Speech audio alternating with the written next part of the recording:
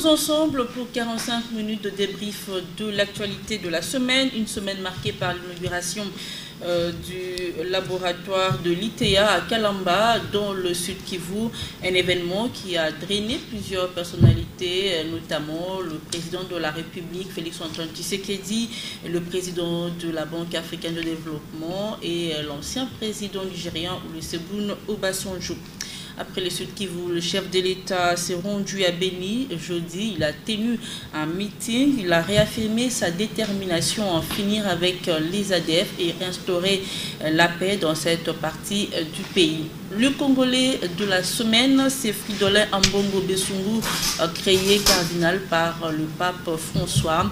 Le tout nouveau cardinal se veut être le défenseur des opprimés.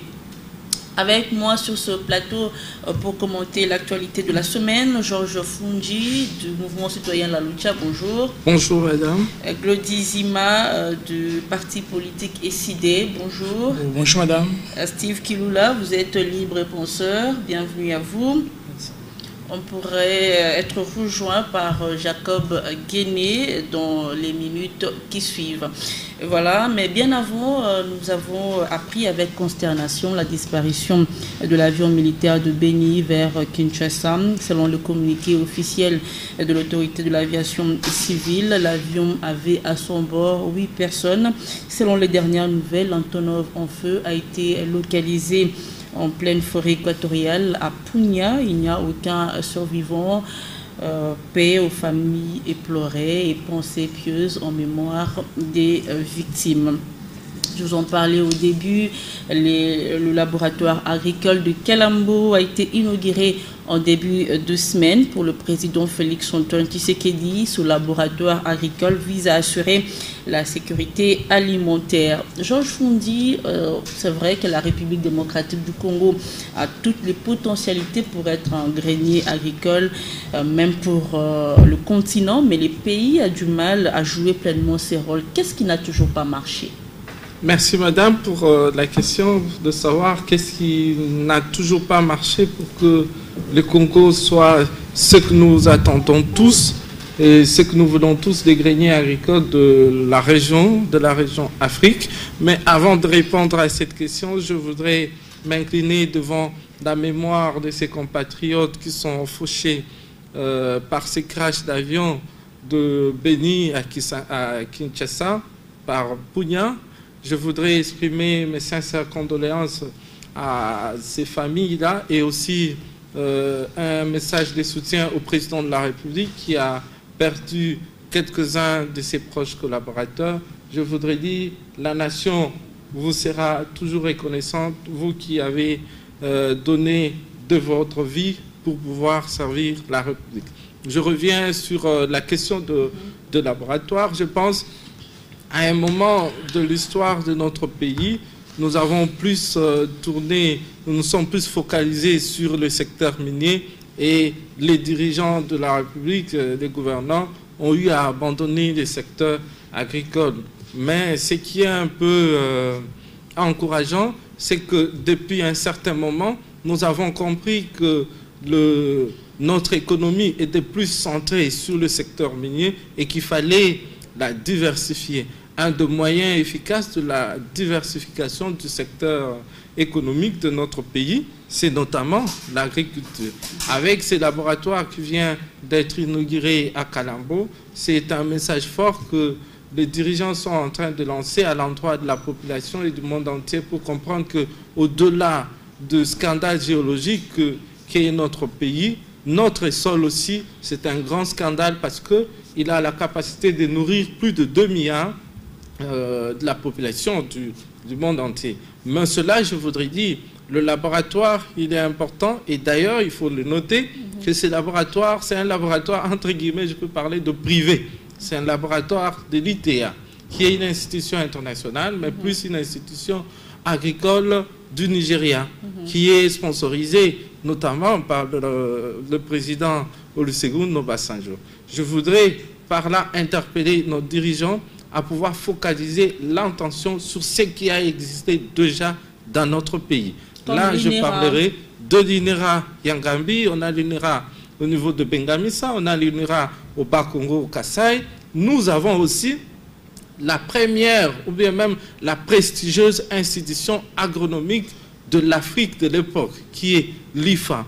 Mais à quel niveau est cette IFA-là, cette grande institution qui a fait la fierté de l'Afrique dans le secteur agronomique? Je voudrais interpeller le ministre de l'Agriculture et aussi le ministre de l'Enseignement supérieur à pouvoir focaliser l'intention dans le secteur agricole en promouvant ce qui est le nôtre, notamment l'INERA et en parlant aussi justement l'IFA. de ces laboratoires-là, le chef de l'État, dans son discours, il a promis que ça va être réhabilité, modernisé dans les prochains mois.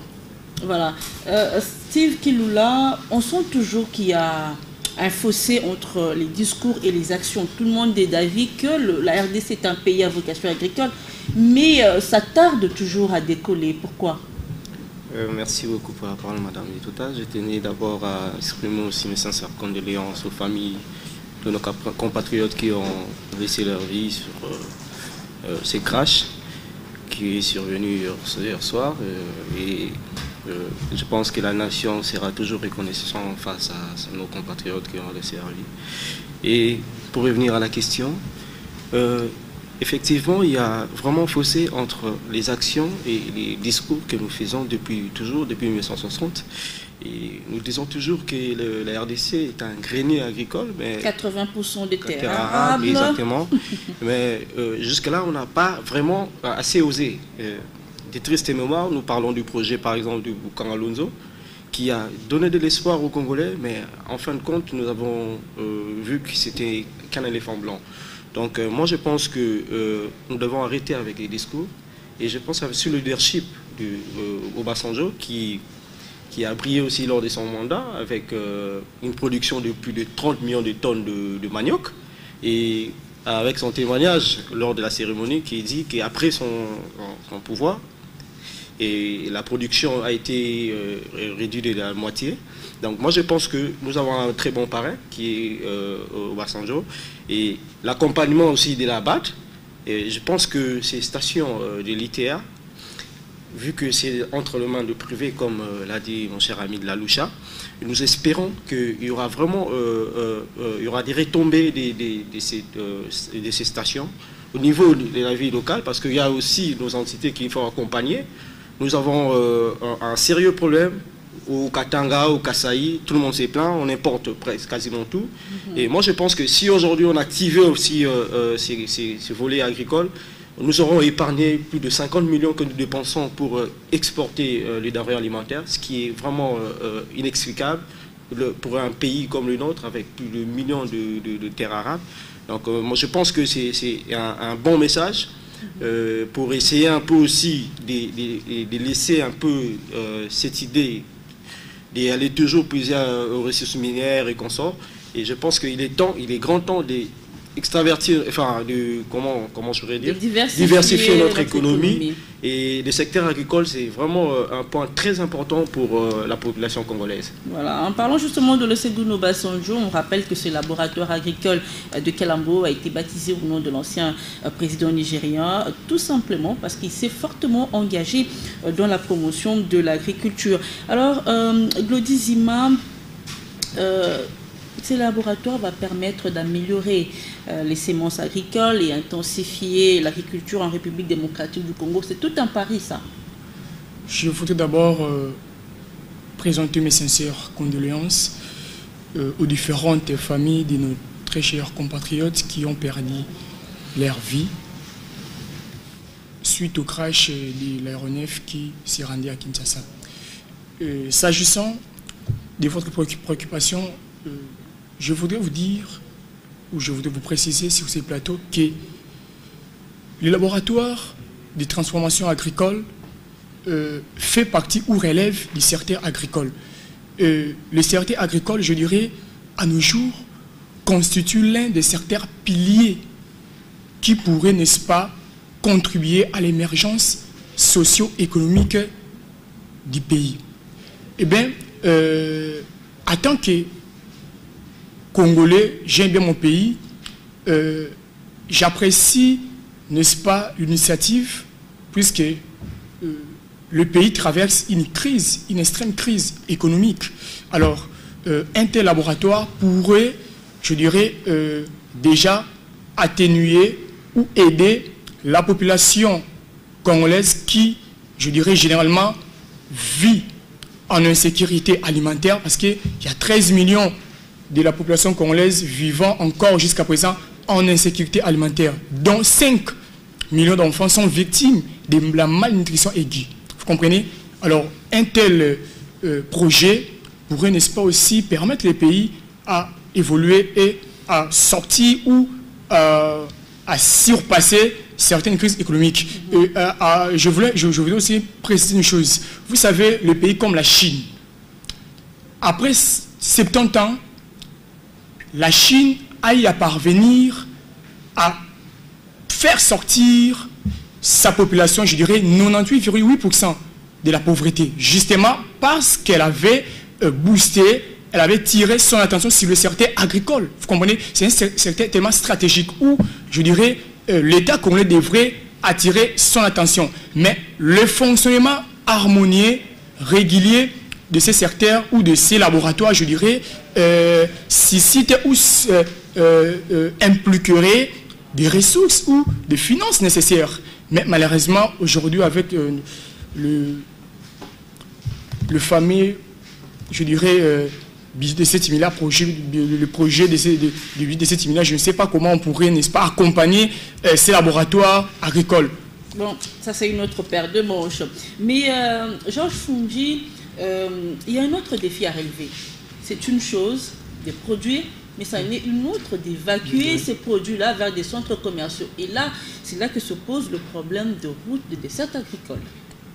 À un moment de l'histoire de ce pays, pendant le règne du président Kabila, nous apprenions que certains projets étaient initiés dans ce sens-là pour la réhabilitation ou la construction de routes de dessert agricole. Je pense que c'est par là que les dirigeants de ce pays devraient plus se concentrer. Les gouvernements centraux et les gouvernements provinciaux devraient se focaliser à pouvoir... Parce que je peux prendre l'exemple de Bumba dans le Grand Équateur. On produit du riz, on produit énormément du riz là-bas et du maïs, mais on ne sait pas par où évacuer. Au-delà de l'évacuation, la conservation de toutes ces productions-là. C'est la même chose avec le Bazouélé, où il y a une forte production d'arachide, mais on ne sait pas toujours l'évacuer. Au-delà de l'évacuation, la conservation. Les dirigeants doivent vraiment mettre de moyens dans le secteur agricole, en commençant par la réhabilitation, voire la construction de routes à dessert agricole pour permettre à ce que les productions puissent être acheminées correctement vers le grand centre commercial où il y a la consommation. Voilà. En parlant de route, il y a la BAD qui promet de financer 100 km de route pour cette contrée. Ça, c'est une bonne nouvelle, Glodis Zima.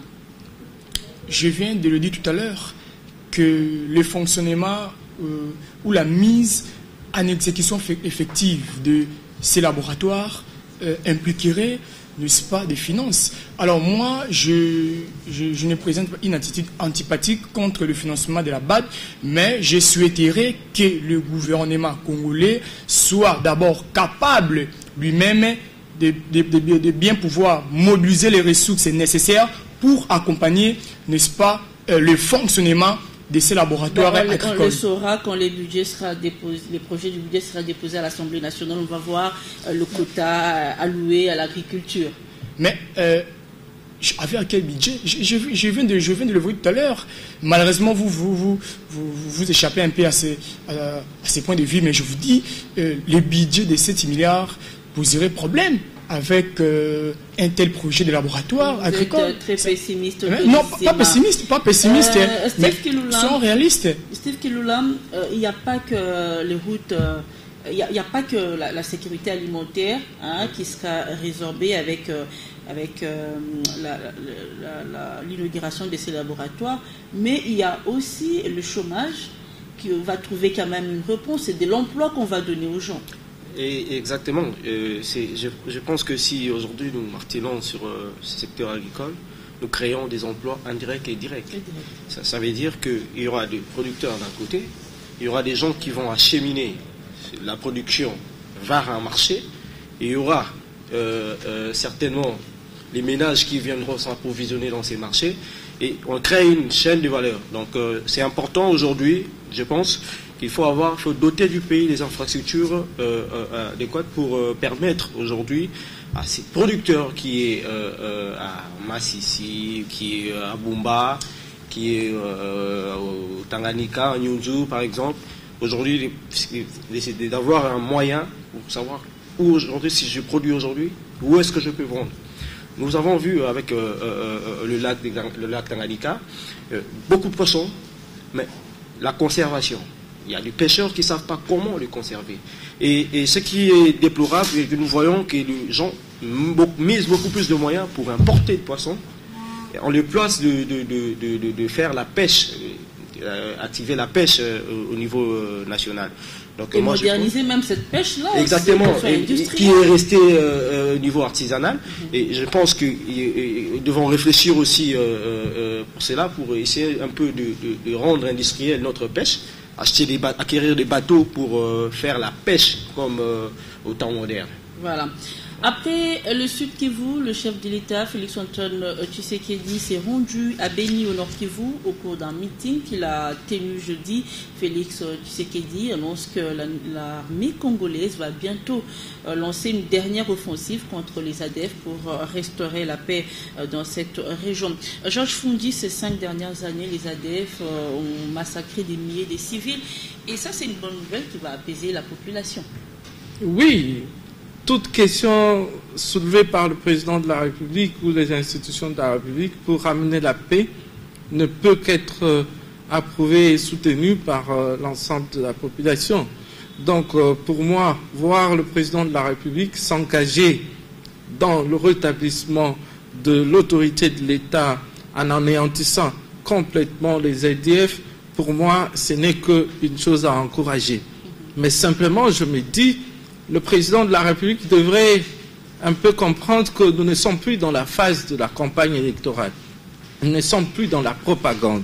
Aujourd'hui, il a toute la manette du pouvoir, celui qui est en train de diriger, et alors certaines promesses, nous n'en avons plus besoin, certains discours, nous n'en avons plus besoin. Nous avons besoin de voir le président de la République agir, le gouvernement de la République se mettre dans l'œuvre. Et aussi, je me dis, le président de la République fait trop de voyages, entre guillemets, pour moi, qui semblent être de fois inutiles.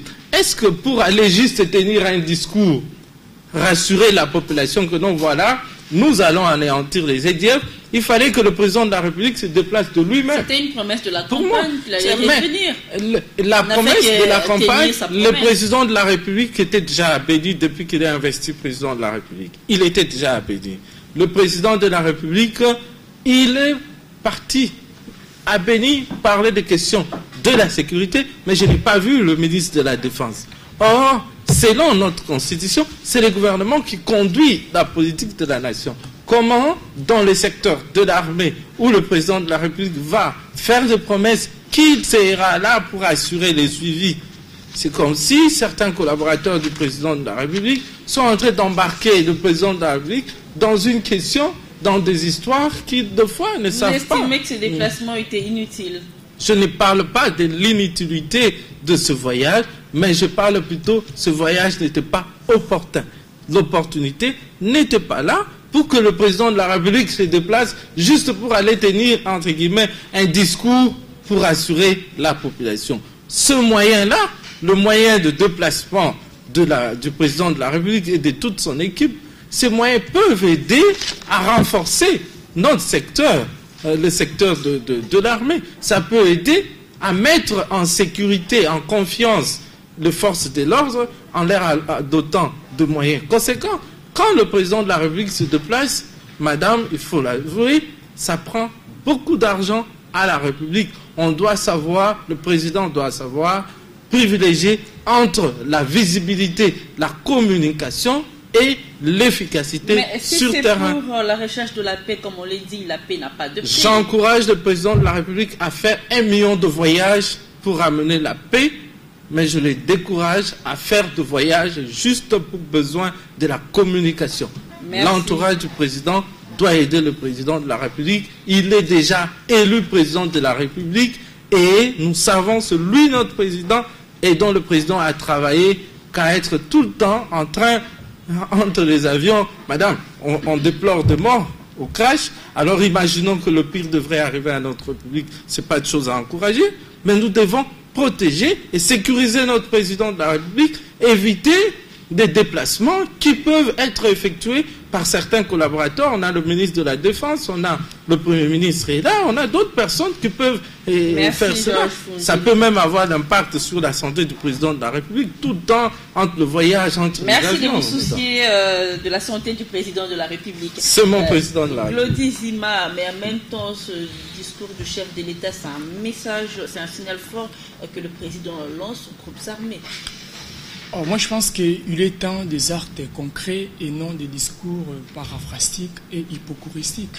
Quand vous parlez des actes concrets, faites allusion à quoi concrètement? Je vais arriver là. Vous savez, depuis 1997 à nos jours, le guerre de la partie Est aurait commis, aurait fait, plus de 80 millions de morts. 80 millions, vous êtes sûr de ces chiffres-là? Plus de 8 millions de morts, j'allais dire, plus de 8 millions de morts. Plus de 8 millions de morts. Excusez-moi. Alors, jusqu'à présent, je dirais, ces actes-là où ces guerres continuent. Mais il faut se poser la question, qu'est-ce qui alimente, n'est-ce pas, ces troubles? Qu'est-ce qui alimente ces guerres? Parce qu'il y a déjà, il y a cela plus de 20 ans. Ces guerres continuent. Moi, je pense qu'il n'y a pas de paix sans vérité ni justice, comme l'a dit le docteur Mukwege. Parce que le problème du Congo, ce n'est pas d'abord de voyager, c'est un problème politique. Je pense que le monsieur Honoré Ngwanda a démontré comment les guerres de l'Est ne finissent pas. C'est puisqu'on n'a pas eu d'abord à réfléchir sur le vrai problème. Sur ces plateaux, je vais, si vous c'est quoi le vrai démontrer, problème en une phrase? Vous allez voir, par exemple, dans la FARDC, et la PARECO a révélé il y a plus de 25 000 militaires, tout rwandais, qui donnent des informations, je dirais, aux ennemis. Ces problèmes n'est pas traité. Vous parlez de la paix et de la sécurité. C'est un problème. La même APARECO a également révélé dans la police nationale congolaise plus de 354 000 généraux, tout rwandais, qui sont là. Mais en même temps, on sait aussi que les informations livrées par l'APARECO sont à prendre avec beaucoup de pincettes. L'APARECO, c'est une structure, je dirais, qui fait des recherches. Elle ne peut pas divulguer des données par... votre allié. Même pas, nous sommes en train de réfléchir sur la chose publique de la nation. Alors, moi je pense que le problème de la partie Est, de ces guerres-là, doivent, pour les résoudre, on doit d'abord traiter les préalables. Quels sont les préalables? Il y a la crise de leadership, il y a la crise de légitimité. Ce sont des questions politiques que les politiques doivent d'abord traiter. Parce que... Avant de résoudre... Certainement, la sécurité qui prévaut. Certainement, parce que si on ne traite pas ces préalables, ces guerres continueront toujours. Merci Glody Zima. Je l'annonçais au début de cette émission. On est rejoint par Jacob Guéné-Obi. Bonjour. Oui, madame, bonjour. Vous êtes le porte-parole des jeunes leaders du PPRD. Affirmatif et aussi le communicateur plénipotentiaire de son Excellence, monsieur le vice-ministre Papi Pongoulam. Voilà, on est en train de parler du discours du chef de l'État à la population de Béni, le président de la République, qui veut en finir avec les ADF. On sent quand même cette volonté-là du président de la République de mettre fin à cette insécurité grandissante. Mais il y a un défi que le chef d'État devrait relever, c'est l'entretien des FARDC, justement. Oh, effectivement, oui, mais c'est le processus que le chef de l'État, Joseph Kabila Kabange, avait déjà entamé. Donc d'instaurer la paix dans l'est de la République.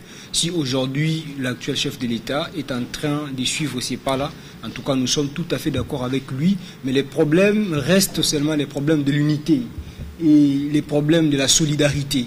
Donc il faut que nous puissions nous tenir main dans la main parce que la question de la paix n'engage pas seulement un seul camp politique.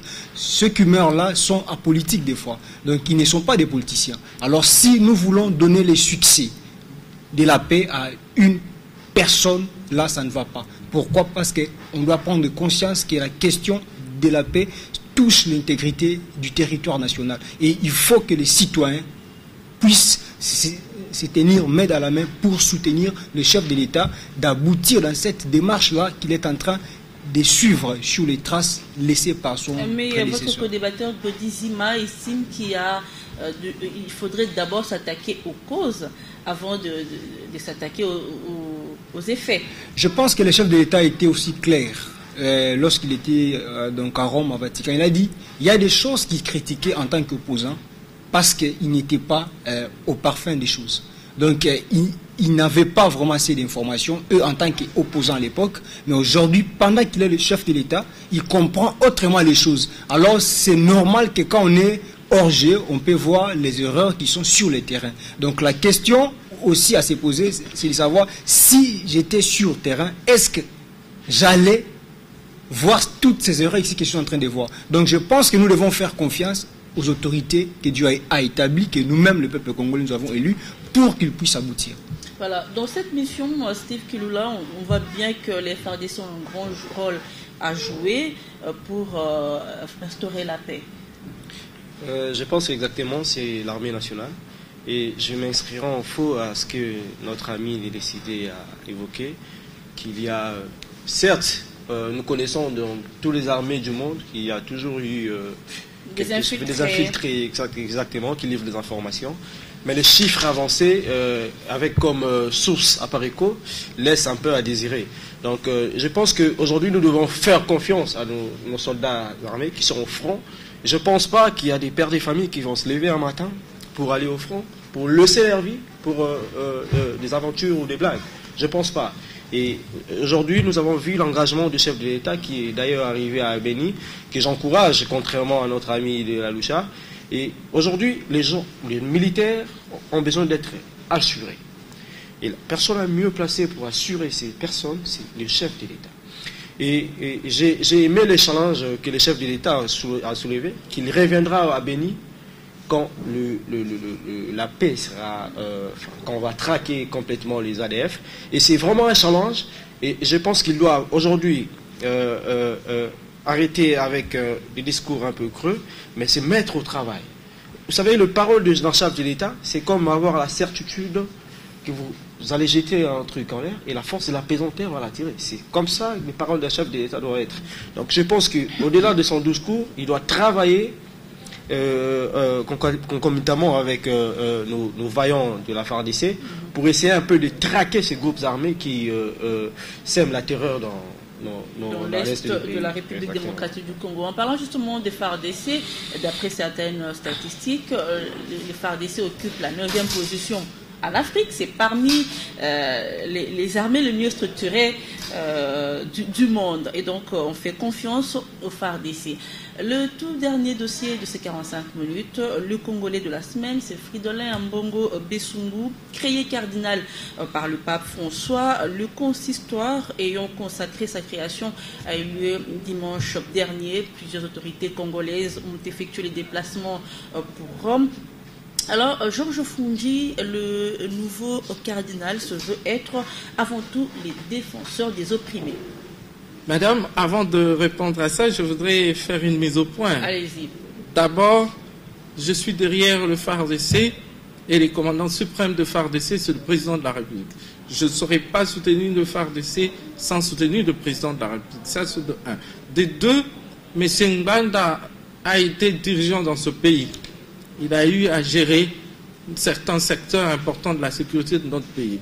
Je crois, pendant son règne, si nous sommes à ce niveau, c'est notamment grâce à ce faiblesse, à cet art, parce qu'il n'a pas su bien gérer. C'est pourquoi nous sommes là aujourd'hui. Là où il est, qu'il mange calmement ce qu'on est en train de lui donner en Europe, comme si c'est Biperon, qu'il arrête de mettre les Congolais en conflit entre eux. L'armée congolaise, infiltrée, oui, comme toutes les armées du monde, mais pas à ces chiffres-là. Et aussi, il n'y a pas de Tutsis congolais ou de Tutsis rwandais. La population congolaise est telle qu'elle est. Nous sommes ce que nous sommes. Et ensemble, nous allons travailler autour des institutions pour neutraliser nos ennemis. Pour revenir au dossier Ambongo, je dirais que c'est un honneur de voir un digne fils de la République, bon, un fils de la République être levé. Je ne parlerai pas d'Ambongo, un digne fils, parce qu'il ne l'est pas.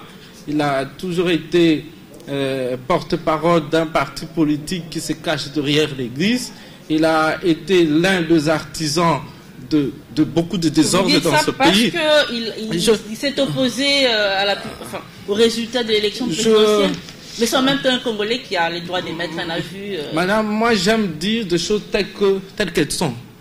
Monsieur Ambongo a été à un certain moment porte-parole d'un camp politique. Et aujourd'hui élevé aux hautes fonctions de l'Église comme étant le cardinal de l'Église catholique, c'est très bien, c'est une bonne chose, mais seulement que cela l'interpelle, que cela montre que si hier il a été au service d'un parti politique se cachant derrière l'Église, aujourd'hui qu'il laisse cela et qu'il revienne à la raison. Le président de la République a lancé le message à tout le monde, c'est le temps de l'unité. Si hier on a eu à avoir un passé sombre, qu'aujourd'hui on se mette ensemble. Ambongo, je crois, il veut se faire passer pour des porte-parole des opprimés, ce qui n'a jamais été le cas. Il a eu à défendre M.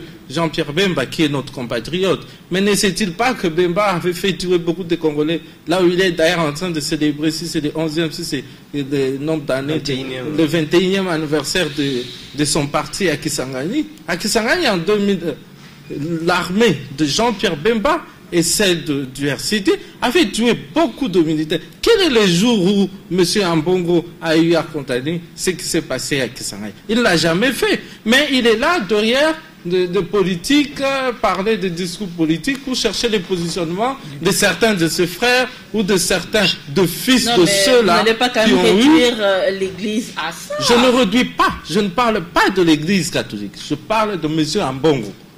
Monsieur Ambongo n'est pas l'Église catholique.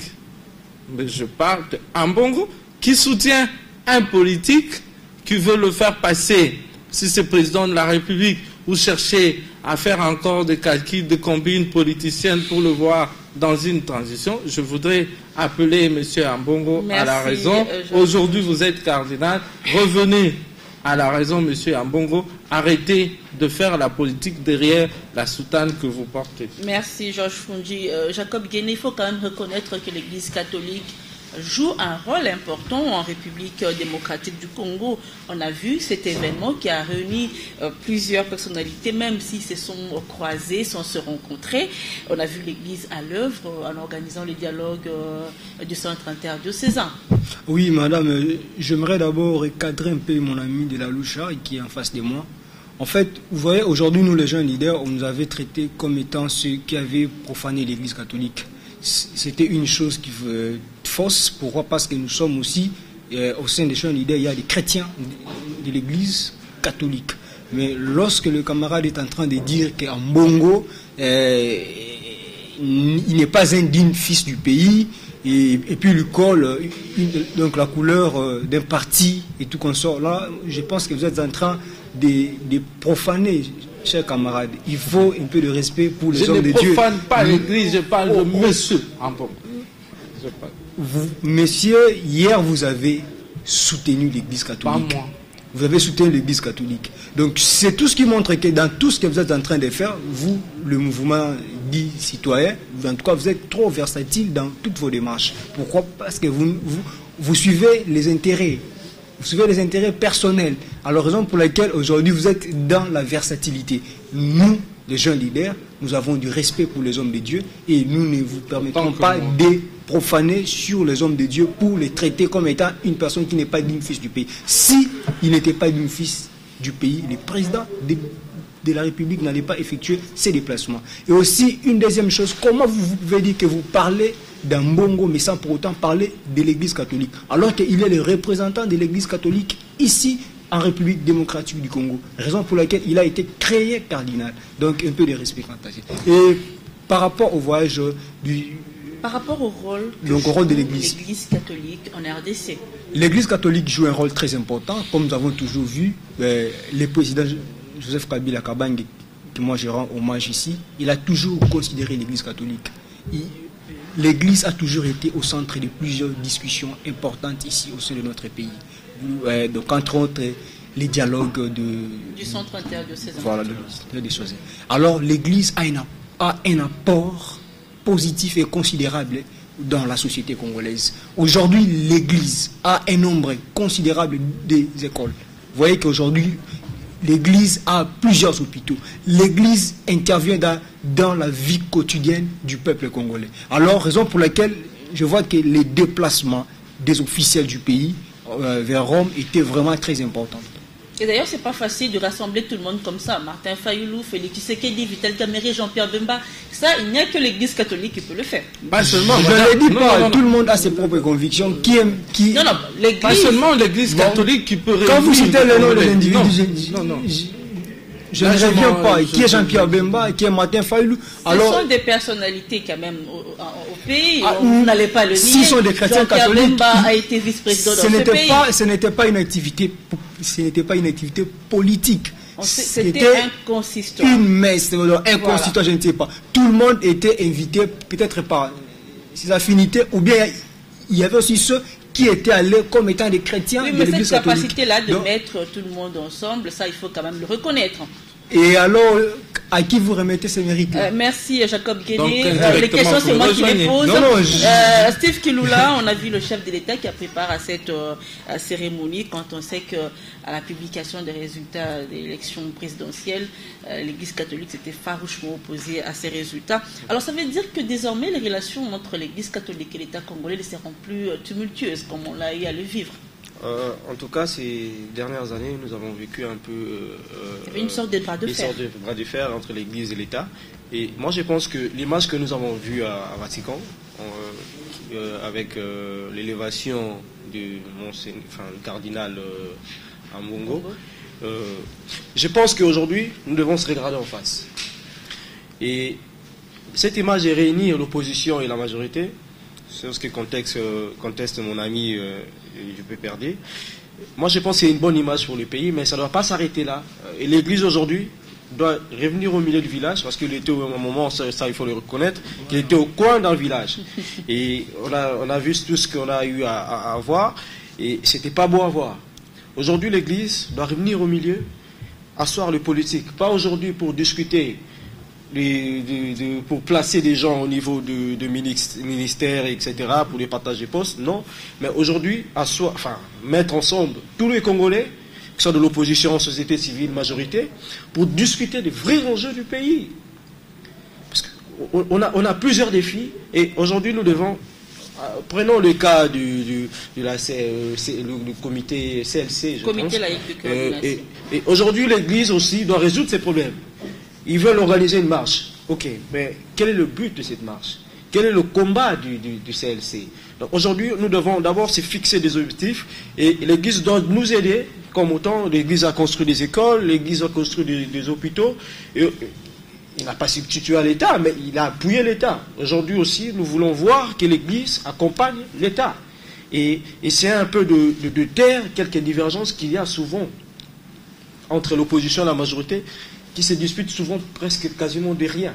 Donc je pense qu'aujourd'hui, cette élévation au titre du cardinal doit nous interpeller, et c'est une fierté pour nous Congolais de voir notre digne fils du pays, même si contrairement à ce que c'est un fils digne, parce qu'il représente aujourd'hui la nation congolaise au niveau du Vatican, qui est l'Église catholique, où il y a des millions de Congolais qui sont des fidèles. Merci Steve Kilula. Godissima. Je pense que l'Église joue un rôle très important au sein d'un État. Et parmi ces rôles, il y a notamment la consolidation de la paix et de l'unité nationale, je dirais. quand mon collègue, mon co-débatteur de Lucha s'acharne du 4e cardinal congolais Ambongo, je suis estomaqué parce que c'est un signe, c'est quelqu'un que nous devons, n'est-ce pas, respecter parce qu'il fait l'honneur du pays. Moi, ça me fait du mal. Au Congo, quand on dit la vérité, ça pose problème. Si aujourd'hui, certaines structures, certains partis du pays s'opposent, présentent une attitude antipathique à l'égard de l'Église catholique, c'est justement parce qu'elle dit la vérité. Quand l'Église avait, je pense que l'année dernière, après la publication des résultats fabriqués par la CENI, la CENCO a dit la vérité. Voilà, nous avons constaté qu'il y a eu fabrication des élections. Les chiffres qui ont été donnés par la CENI ne sont pas vrais. Tout le monde s'est acharné à la CENCO. Voilà, c'est anormal. L'Église est au milieu du village. L'Église est là justement pour dire ce qui doit être. Ce qui doit être, c'est la vérité. Alors aujourd'hui, moi, je suis content, n'est-ce pas, de voir l'élévation du cardinal Ambongo, parce qu'il doit également jouer un rôle important, surtout actuellement notre pays traverse une extrême crise de légitimité. Parce que c'est la plus grande crise de notre pays. C'est vous qui la voyez, Gladysima. Non, la crise de légitimité est ici des résultats fabriqués par la CENI. Si aujourd'hui, le président Martin Fayulu continue à contester la victoire de M. Félix, c'est parce que M. Nang a été incapable de prouver bureau de vote par bureau de vote, province par province. Ça pose problème. Et vous allez... Laissez-moi continuer. Alors, quand l'Église dévoile un tel secret, ça peut, voilà l'Église catholique, et pour tel, et pour X, Y. Non, l'Église doit dire la vérité. Quand il y a un, ça ne va pas, elle nous dit la vérité. Mais au Congo, c'est le contraire. Voilà, comme mon co-débatteur ici disait qu'il y a des prêtres qui ont l'air leader. Celui-ci a son collaborateur politique. J'avais compris qu'il faisait allusion de Martin Fayulu. Mais je vous dis tout à l'heure, il n'a pas cité le nom, hein. Mais il n'a pas cité, mais ses intentions déjà, ses intentions, il voulait parler de cela. Il allait parler de cela, mais juste après, il a constaté que non, si je glisse sur ce terrain, je vous dis mal. Vous savez, quelqu'un comme Martin Fayulu, je vous dis franchement la vérité. Vous savez, dans un état de droit, la vérité des urnes est une valeur. Quand on ne respecte pas la volonté du peuple, le pays ne va pas évoluer. Cette crise de légitimité a débuté depuis 60 jusqu'à nos jours. Et vous allez constater, si le pays ne fonctionne pas, c'est justement parce que cette crise persiste. On parle du cardinal Ambongo. Quand vous l'auriez oublié, on ne parle pas de la vérité des urnes. Non, en fait, parler du cardinal Ambongo n'exclut pas également de faire un recours au passé, parce que nous sommes en train de parler de l'Église, parce que l'Église joue un rôle important au sein de sur la scène politique. Alors, on ne peut pas ignorer l'Église, parce que l'Église est là pour dire la vérité. Mais comment quand l'Église dévoile, tout le monde est contre l'Église? Ça n'a pas de sens. Donc on doit mettre nos sentiments à côté pour réfléchir sur la chose publique. Donc je conclue par dire ceci. La seule panacée pour que le Congo puisse aller en avant, c'est le traitement de la question des crises de légitimité. C'est ça le plus grand blocage. Donc, merci Gladysima. On est en train de tendre vraiment vers la fin de cette émission. Mais en même temps, on rappelle quand même que c'est inédit en RDC d'avoir deux cardinaux en vie. On a un cardinal émérite, Monseigneur, le cardinal Mosengo, et un cardinal entrant en vie qui est le cardinal Ambongo. Georges Fundi, je vous ai vu tout à l'heure là, vous vouliez réagir. Allez-y, ça sera aussi votre mot de la fin. D'abord, j'étais tiendrai à dire, je n'ai aucun problème avec l'Église catholique. Parler des Ambongo n'est pas parler de l'Église catholique. Parler du comportement déviant d'un fils, d'un prélat de l'Église, c'est pas parler de l'Église. Ça, c'est ma mise au point. Deuxièmement, je voudrais dire, le CLC est une création de l'Église pour de fins politiques. Quand l'Église est en train de se transformer en géniteur des structures politiques pour accompagner certains appétits. Mais là, c'est votre lecture, parce que l'Église a toujours dit que le CLC, c'est une structure autonome. Le CLC fait toujours repli où? À l'Église. L'Église devrait dire, des laïcs, il devrait dire, ce n'est pas à l'Église que vous allez faire vos histoires, c'est dans la rue. Les protestants sont là, les musulmans sont là, les églises de réveil sont là. On n'a jamais vu le pasteur Barouti dans son église pour dire, voilà, vous avez créé votre structure, vous êtes laïque de mon église, venez commencer d'abord vos actions à partir de l'église. Non, si c'est une structure autonome, allez dans la rue, ajustez là-bas. Pour conclure, je voudrais dire, c'est quand même un vent nouveau qui souffle dans notre pays, où nous avons un président de la République élu et qui a cédé le pouvoir à un autre élu. C'est quand même des choses à encourager. Et de l'autre côté, nous voyons le cardinal Monsengro qui est en vie, et son successeur, le cardinal Ambongo, aussi en vie. C'est quand même des choses à encourager. Pour cela, donc l'année 2019 aura été toute particulière. C'est une année spéciale, et cela, le jalon a été jeté par nos pères de l'indépendance et concrétisé par un des fils de ce pays, Joseph Kabila. Je voudrais dire maintenant, pour conclure, en tout cas, au président de la République, je vais l'appeler à plus de responsabilités, à comprendre que la République est dans un tournant historique, et il devra user de tous les pouvoirs qui lui sont reconnus par la Constitution pour mettre le fils de ce pays ensemble. Ce n'est pas à l'Église catholique de rassembler, mais c'est à notre président de la République que nous avons élu et qui a été investi sur de bases reconnues par notre Constitution. Voilà, c'est la fin de ce 45 minutes. Merci de nous avoir suivis. Je rappelle qu'on recevait sur ce plateau Jacob Guéné-Obi, porte-parole de jeunes leaders du PPRD. Merci d'être venu. Steve Kouloula, libre penseur. Ça a été un plaisir de vous avoir sur ce plateau. Georges Fundi de la Lucha. Merci d'être venu. Voilà. Et Glody Zima de l'ECD, ça a été un honneur de vous recevoir sur ce plateau. Désormais, retrouvez cette émission également sur notre chaîne YouTube Rita Bitota, et n'hésitez pas non plus de nous suivre sur notre compte Twitter. Retrouvez l'émission également sur Digital Congo FM 106.5 tous les vendredis, tous les samedis et dimanches à 21h05. En attendant, très bonne suite des programmes sur Digital Congo.